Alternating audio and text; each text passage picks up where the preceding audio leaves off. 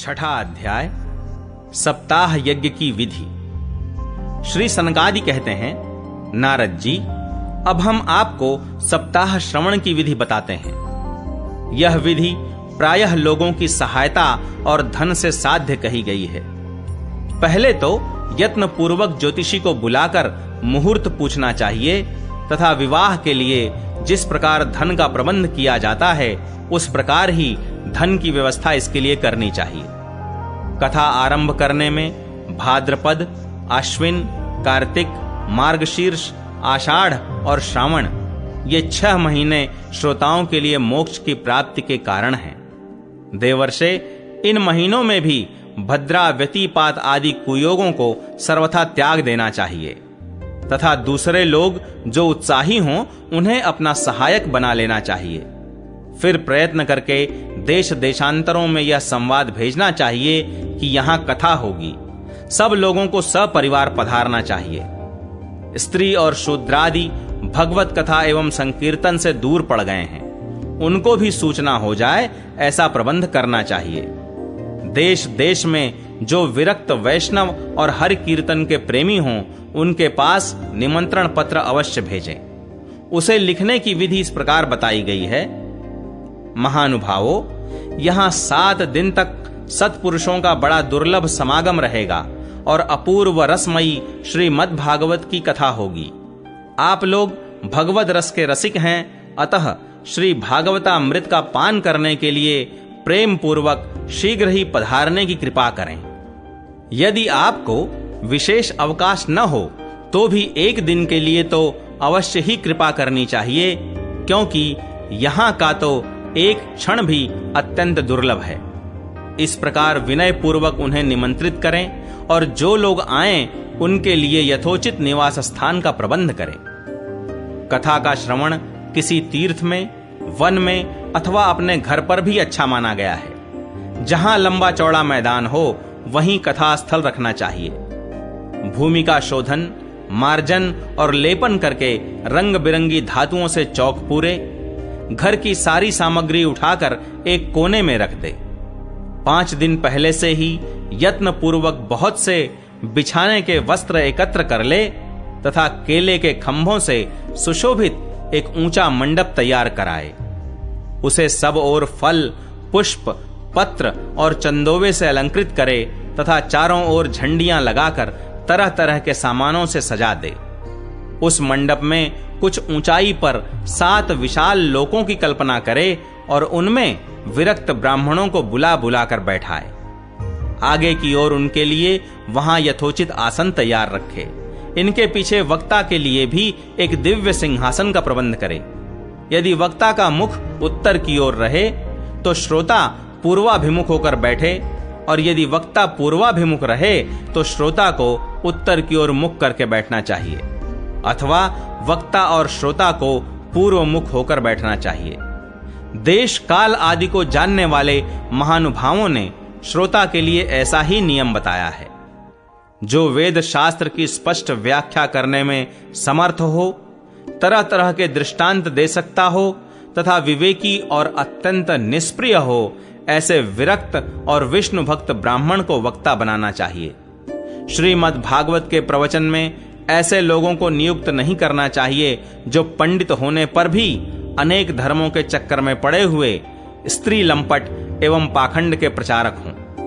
वक्ता के पास ही उसकी सहायता के लिए एक वैसा ही विद्वान और स्थापित करना चाहिए। वह भी सब प्रकार के संशयों की निवृत्ति करने में समर्थ और लोगों को समझाने में कुशल हो। कथा प्रारंभ के दिन से 1 दिन पूर्व व्रत ग्रहण करने के लिए वक्ता को क्षौर करा लेना चाहिए तथा अरुणोदय के समय शौच से निवृत्त होकर अच्छी तरह स्नान करे और संध्यादि अपने नित्य कर्मों को संक्षेप से समाप्त करके कथा के विघ्नों की निवृत्ति के लिए गणेश जी का पूजन करे। तदनंतर पितृगण का तर्पण कर पूर्व पापों की शुद्धि के लिए प्रायश्चित करे और एक मंडल बनाकर उसमें श्री हरि को स्थापित करे। फिर भगवान श्री कृष्ण को लक्ष्य करके मंत्रोच्चारण पूर्वक क्रमशः षोडशोपचार विधि से पूजन करे और उसके पश्चात प्रदक्षिणा तथा नमस्कारादि कर इस प्रकार स्तुति करे।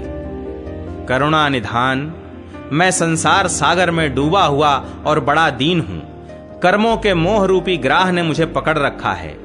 आप इस संसार सागर से मेरा उद्धार कीजिए। इसके पश्चात धूप दीप आदि सामग्रियों से श्रीमद् भागवत की भी बड़े उत्साह और प्रीति पूर्वक विधि विधान से पूजा करे। फिर पुस्तक के आगे नारियल रखकर नमस्कार करे और प्रसन्न चित्त से इस प्रकार स्तुति करे।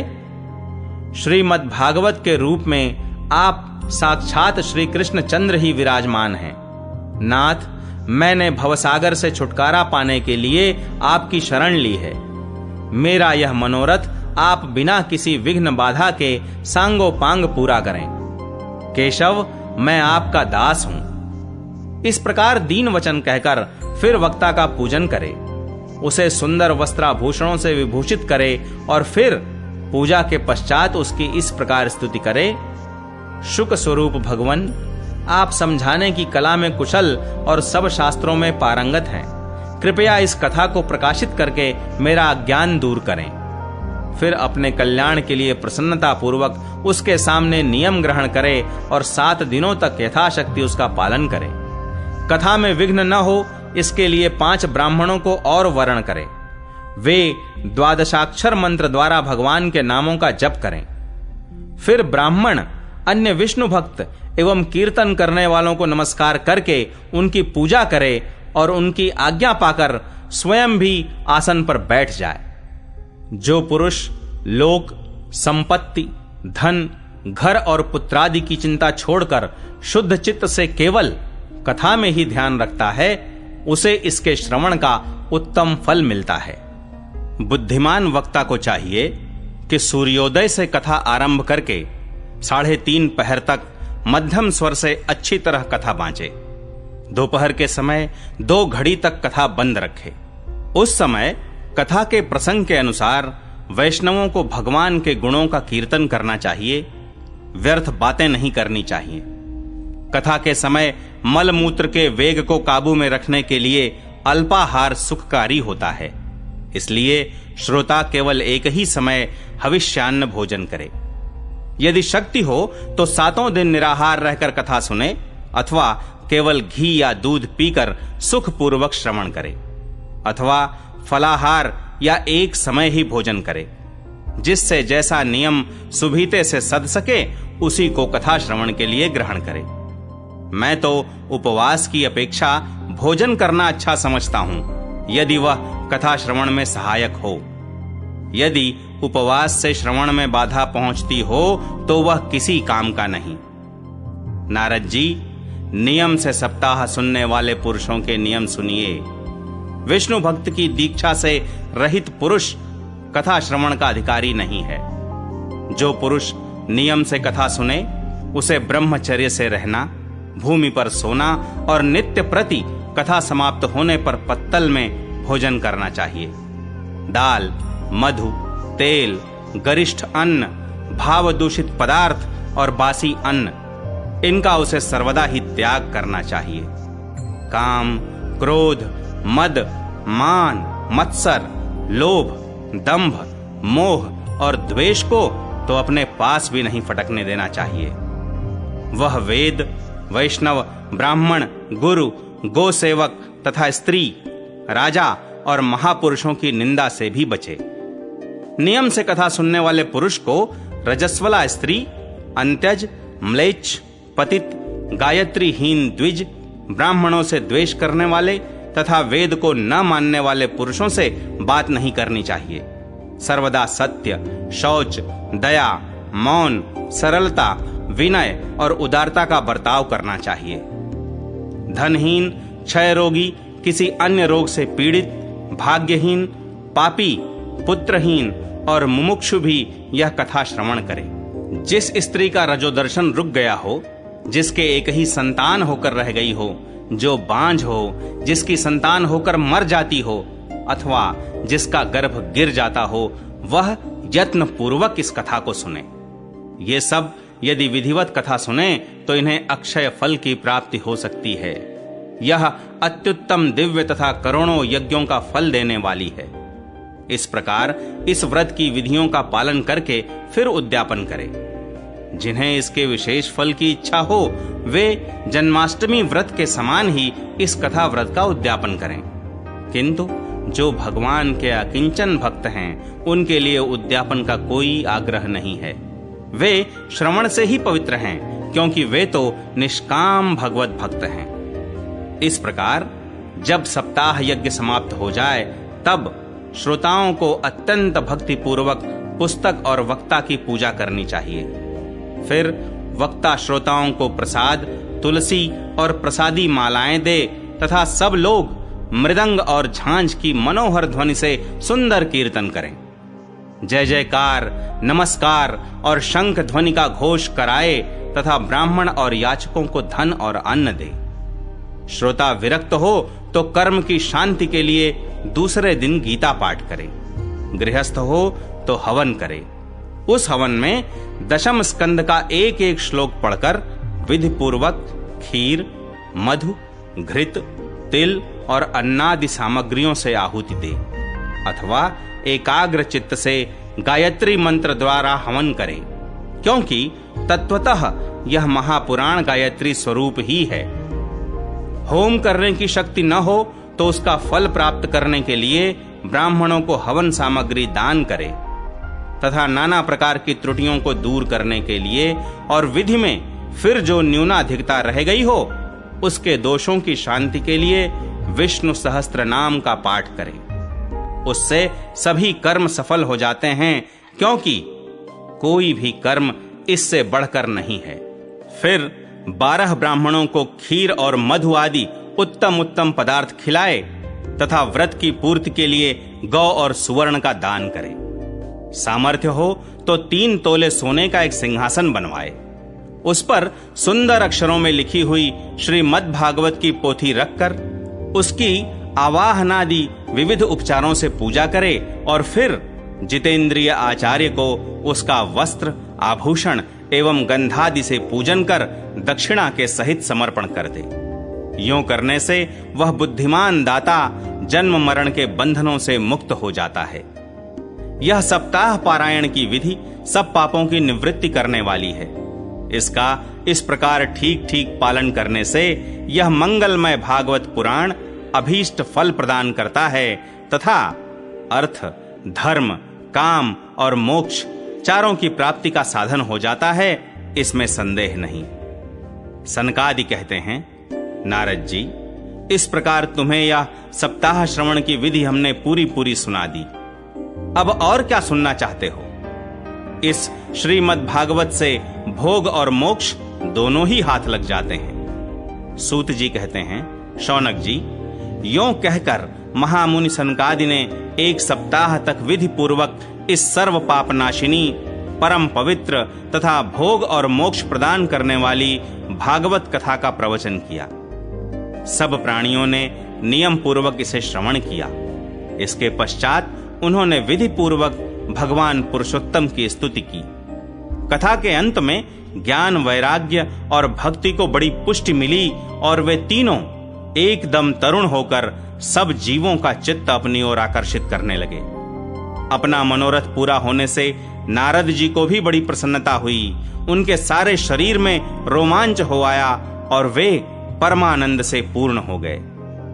इस प्रकार कथा श्रवण कर भगवान के प्यारे नारद जी हाथ जोड़कर प्रेम गदगद वाणी से सनकादि से कहने लगे। नारद जी ने कहा, मैं धन्य हूं, आप लोगों ने करुणा करके मुझे बड़ा ही अनुग्रहित किया है।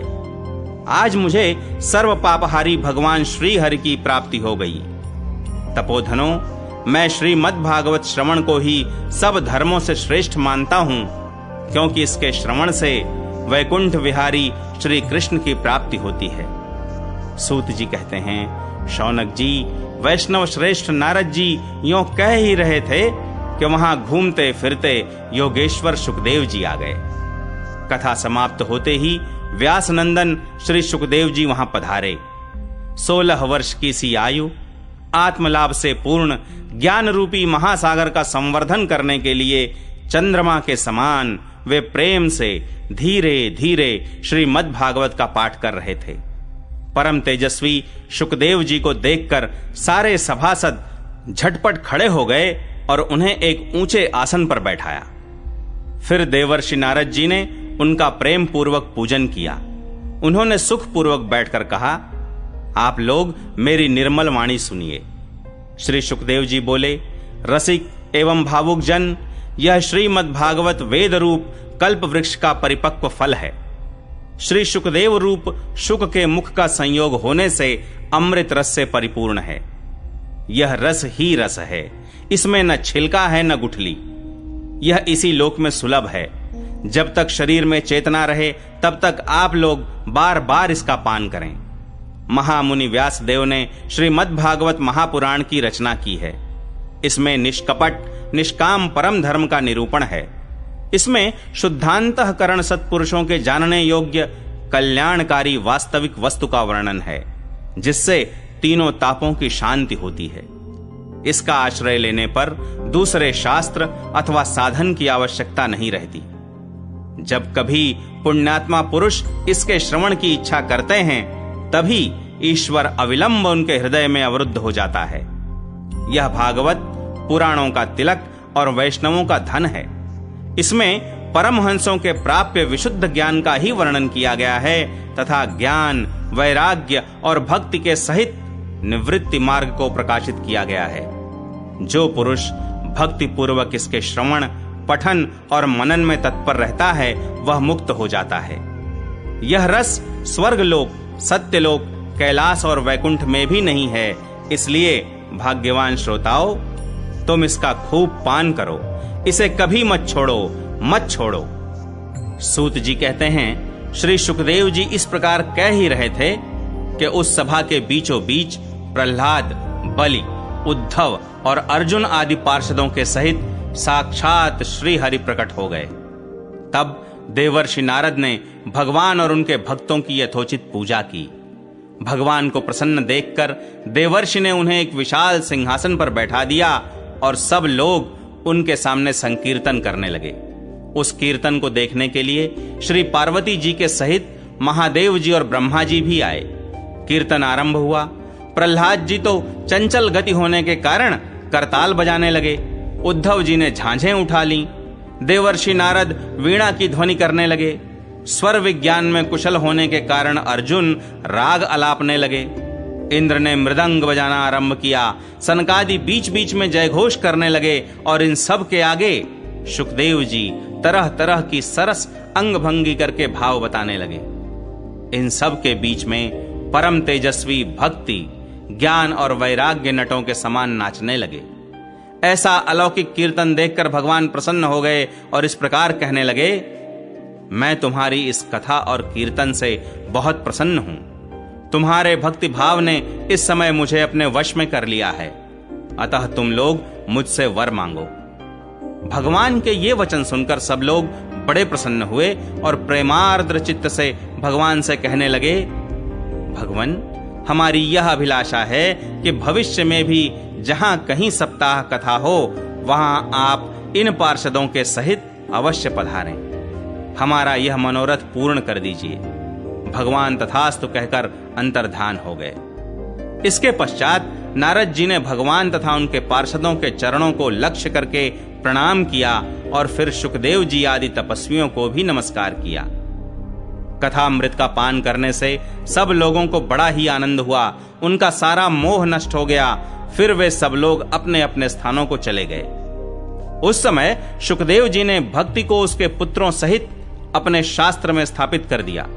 इसी से भागवत का सेवन करने से श्री हरि वैष्णवों के हृदय में आ विराजते हैं। जो लोग दरिद्रता के दुख ज्वर की ज्वाला से दग्ध हो रहे हैं, जिन्हें माया पिशाची ने रौंद डाला है तथा जो संसार समुद्र में डूब रहे हैं, उनका कल्याण करने के लिए श्रीमद् भागवत सिंहनाद कर रहा है। शौनक जी ने पूछा, सूत जी, शुकदेव जी ने राजा परीक्षित को, गोकर्ण ने धुंधुकारी को और सनकादि ने नारद जी को किस किस समय यह ग्रंथ सुनाया था, मेरा यह संशय दूर कीजिए। सूत जी ने कहा, भगवान श्री कृष्ण के स्वधाम गमन के बाद कलयुग के 30 वर्ष से कुछ अधिक बीत जाने पर भाद्रपद मास की शुक्ला नवमी को शुकदेव जी ने कथा आरंभ की थी। राजा परीक्षित के कथा सुनने के बाद कलयुग के 200 वर्ष बीत जाने पर आषाढ़ मास की शुक्ला नवमी को गोकर्ण जी ने यह कथा सुनाई थी। इसके पीछे कलयुग के 30 वर्ष और निकल जाने पर कार्तिक शुक्ला नवमी से सनकादि ने कथा आरंभ की थी। निष्पाप शौनक जी, आपने जो कुछ पूछा था उसका उत्तर मैंने आपको दे दिया।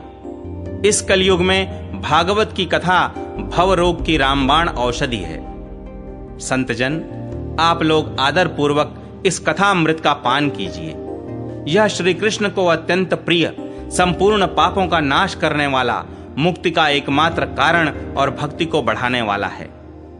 लोक में अन्य कल्याणकारी साधनों का विचार करने और तीर्थों का सेवन करने से क्या होगा? अपने दूध को हाथ में पाश लिए देखकर यमराज उसके कान में कहते हैं, देखो, जो भगवान की कथा वार्ता में मत्त हो रहे हों उनसे दूर रहना। मैं औरों को ही दंड देने की शक्ति रखता हूं, वैष्णवों को नहीं।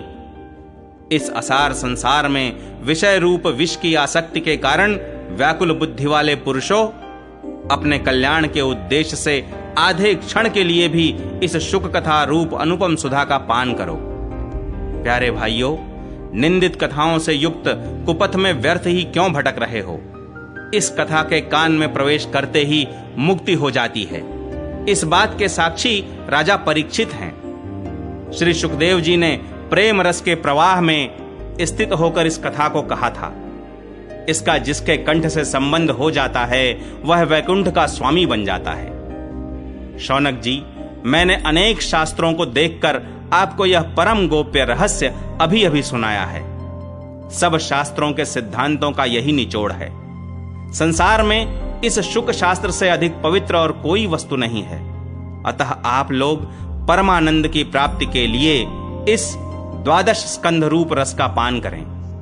जो पुरुष नियम पूर्वक इस कथा का भक्ति भाव से श्रवण करता है और जो शुद्धांतःकरण भगवत भक्तों के सामने इसे सुनाता है, वे दोनों ही विधि का पूरा पूरा पालन करने के कारण इसका यथार्थ फल पाते हैं। उनके लिए त्रिलोकी में कुछ भी असाध्य नहीं रह जाता।